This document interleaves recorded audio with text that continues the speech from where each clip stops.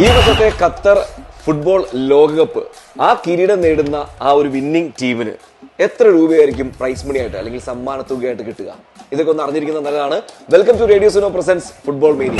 അപ്പൊ നമുക്ക് ആ ഒരു കണക്കിലേക്ക് കൃത്യമായിട്ട് പോവുകയാണെങ്കിൽ നമുക്കറിയാം 32 ടീമുകളാണ് ഖത്തർ ലോകകപ്പിൽ മത്സരിക്കാനായിട്ട് പോകുന്നത്. ഇതിന്റെ ഒരു ആദ്യ സ്റ്റേജ് കഴിയുമ്പോൾ 16 ടീമുകൾ പുറത്താകുന്നു.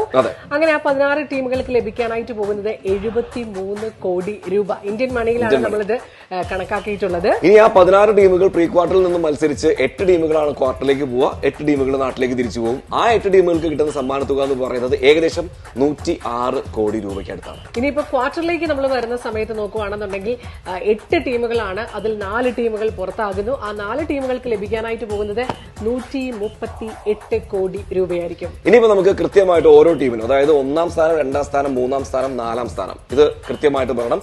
4-ാം സ്ഥാനം നേടുന്ന ടീമിന് കിട്ടാൻ പോകുന്ന തുക എന്ന് പറയുന്നത്